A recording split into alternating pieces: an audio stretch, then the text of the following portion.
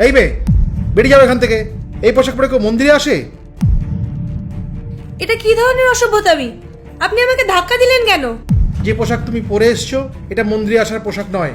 তুমি যদি এই পোশাক পরে মন্দিরে আসো আমি তোমাকে আবার বের করে দেবো। আমি এমন ড্রেসই পরি, আমার ভালো লাগে এমন ড্রেস পরতে। এটা আমার শখ, আমার যা ইচ্ছা আমি তাই পরবো। আমার ভালো লাগে এমন ড্রেস পরতে। আপনি আমাকে আটকানোর কে? দেখো, মন্দিরের একটা মর্যাদা আছে। এটা আমাদের সংস্কৃতি নয়, এটা আমাদের বস্ত্রও নয়। আচ্ছা, তো এখন আমার এই ড্রেস বলবে নাকি যে ঠাকুরের প্রতি আমার ভক্তি আছে কি নেই?